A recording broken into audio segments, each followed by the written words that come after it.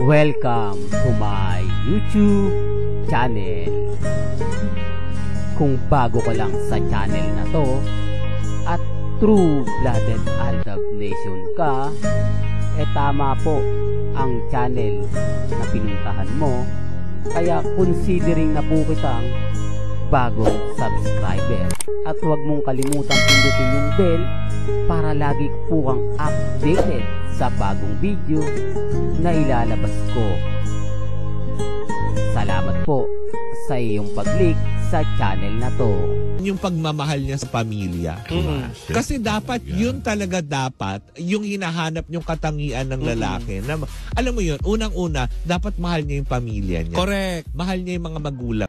Welcome back mga kaaldab. Ito na naman po ang inyong lingkod, si Mr. Destiny. At pag-uusapan na naman po natin itong latest issue na naman kay Alden Richards na pinapakalat po sa social media. Hindi ko na po pinarinig sa inyo yung mga hindi maganda. Pamilya na lang po ang narinig ninyo sa mga sinabi. Yung pagmamahal po sa pamilya. Doon pa lang panalo na po tayo. Di po ba? Malaki po talaga respeto ni Alden Richards sa pamilya niya mga kaaldab. Siyempre, pamilya rin po ng mga taong nagmamahal po sa kanya. Kaya nga po, mas maganda na pang panoorin itong magandang to kesa po yung mga pangiinsulto, panglalait kay Alden Richards. Ngayon siguro nakita nyo naman po yung caption natin na literal po talaga na sinasabi din ng mga basher patungkol nga po kay Alden. Bagamat siyempre siya po yung bida, siya po yung topic, normal lang po yun. Di po ba normal lang na siya po yung magiging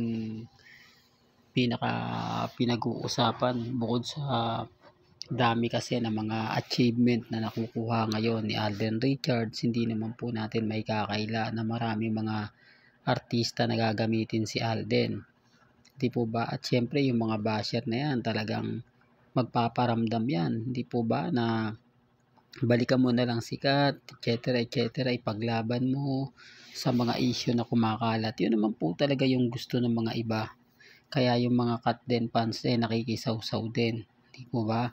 Na sinasabing wala nga daw pong bayag si Alden Richards para ipagtanggol man lang si Catherine sa social media. Dapat siya daw po yung lalaki, siya daw po yung nagre-react, nagbabasag kay Christopher Min sa mga issue na dumadalaw si Daniel Padilla sa bahay ni Catherine.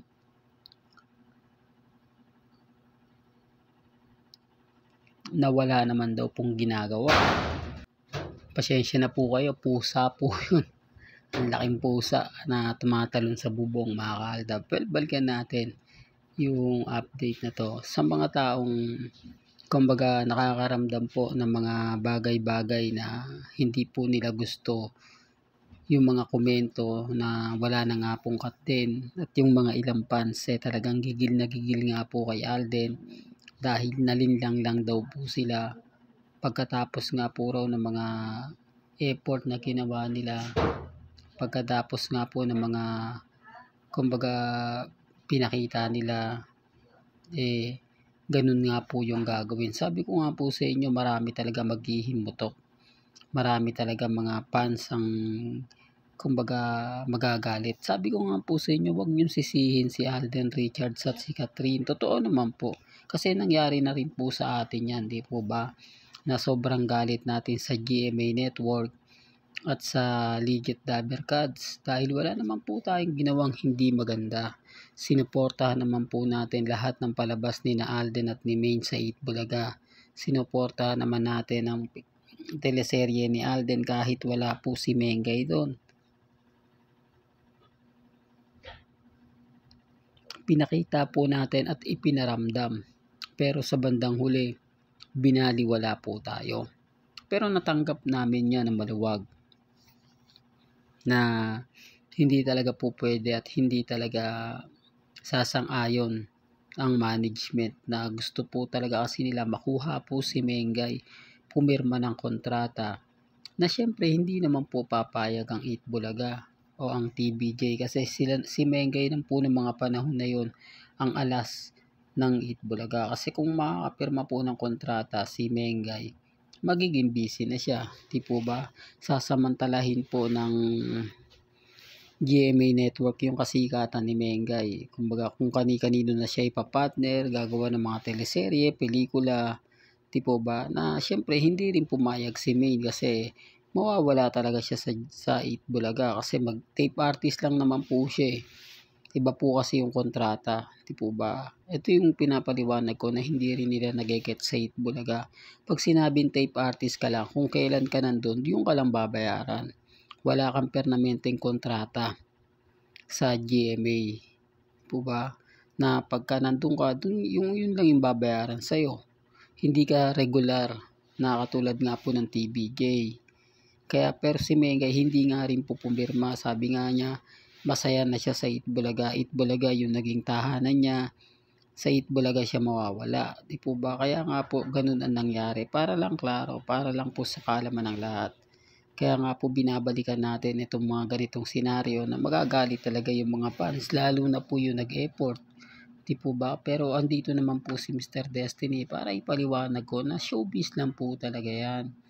Kumbaga normal lang po nagagamitin kayo para po sa pelikula, para po sa promotion, na kumbaga bumuhos ng suporta. Biruin nyo, bilyon ng kinita. Nakita nyo po ba? Napakaraming fans ang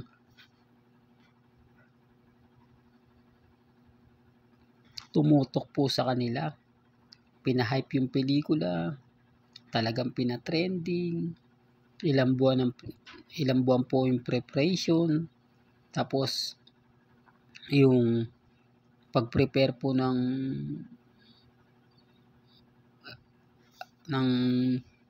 promotion ng Hello Love Again, yung pagpunta nila sa mga mall, talagang planadong-planado. Di po ba? Isa sa mga taktika ng GMA at ABS-CBN na epektibo naman po. Pero gaya ng sinabi natin, lahat naman po ng interview ni Alden at ni Catherine, never pong sinabi ni Alden na nanliligaw po siya kay Catherine.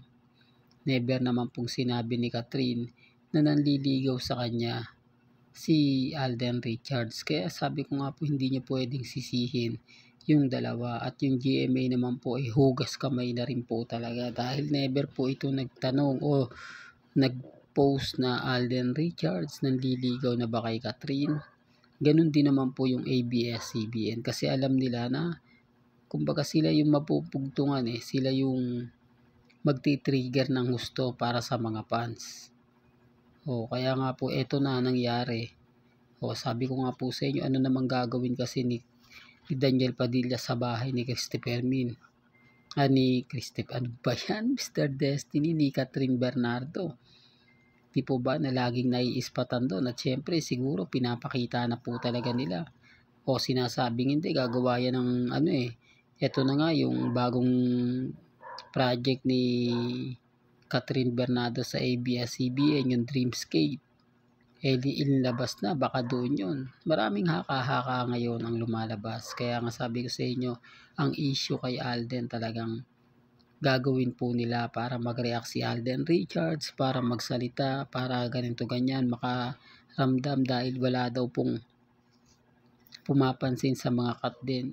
Anong gagawin ni Alden Richards? Di po ba? Hindi naman niya po pwedeng ipilit yung gusto ng mga Katden fans. Hindi naman nila po pwedeng sabihin na gano'n. Lalo na nga po nung pinakita yung singsing. Naku, malaking insulto.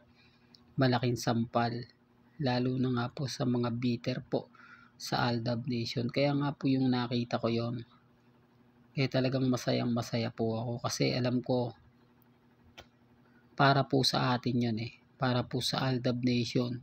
Yung mga bagay-bagay na nakikita nyo naman po, napapanood nyo naman po at nararamdaman naman po ninyo.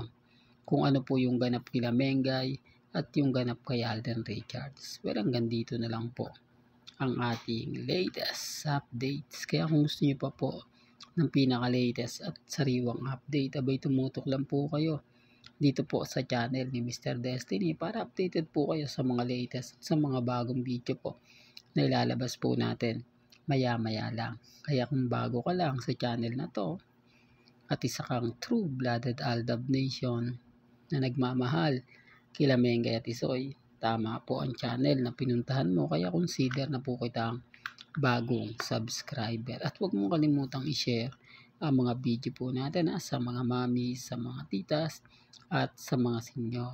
Hanggang sa muli, salamat po sa panonood at pakikinig.